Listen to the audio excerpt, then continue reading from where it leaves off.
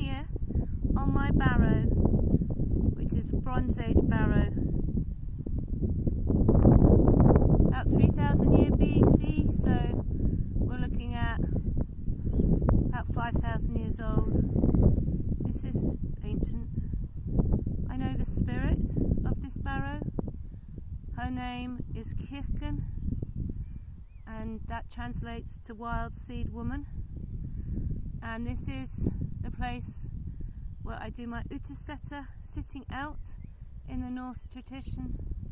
It's where I have visions. I have visions many places.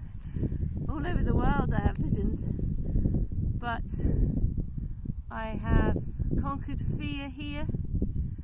I have sat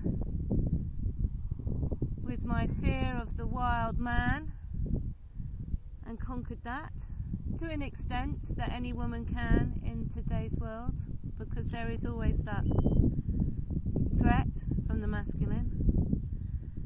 And this is my place of light. I can see why the chiefs of a tribe, or maybe I think she was, there's definitely a feminine energy here. I think she was a priestess. Probably it could be a queen and a priestess.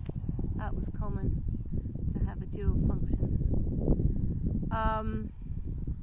I can see for miles. I can see the North Downs. I can see the South Downs stretching out. I can see Chanctonbury Ring, where I celebrated May Day and Beltane. I can see the North Downs, which has a different quality than the South Downs. The South Downs, I would say, are somehow wilder because they're more exposed to the elements, because their trees have been cut down over the millennia, whereas the North Downs has more tree cover, and that has a different vibration because of that.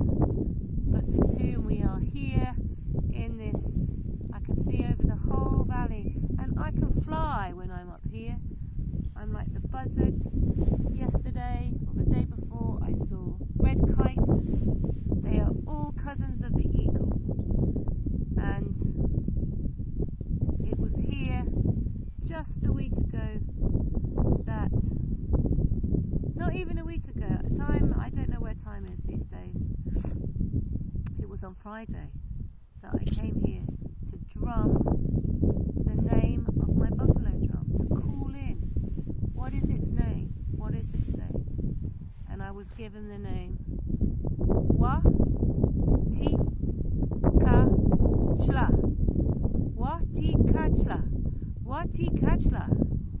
And that is a form, a poetic form of the Nahuatl language. I apologize if I'm not saying that correctly, but of Mesoamerica, and I have a strong connection to Mesoamerica. I've done a lot of work there, and it's been part of my healing process over these years, and it's a very powerful place, as this is a powerful place.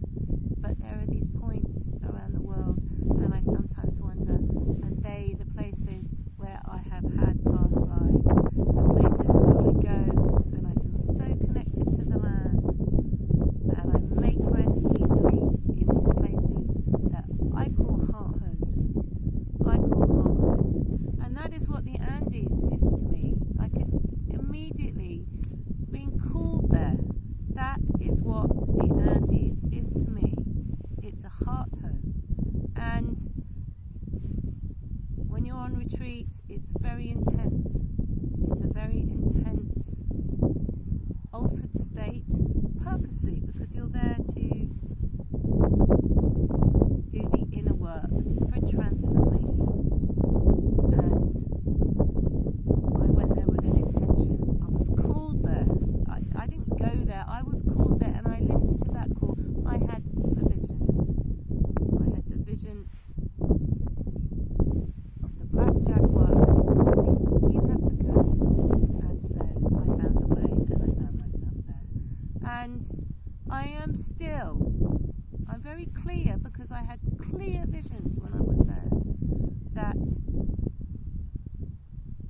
connect to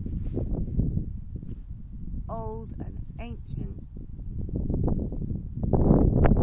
past lives. And I know not everybody believes in a past life. That's fine. But we have to walk with what we know ourselves is true. And that's all we can do, isn't it?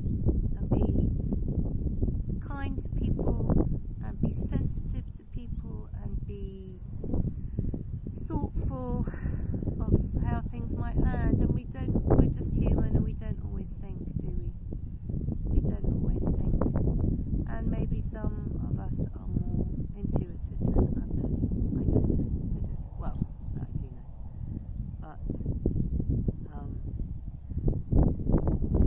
my intention here today is to drum again, but to drum and call my name of my drum. Wati Kachla, and really journey with the beat of it. Now I know its name. And I was given a name to work.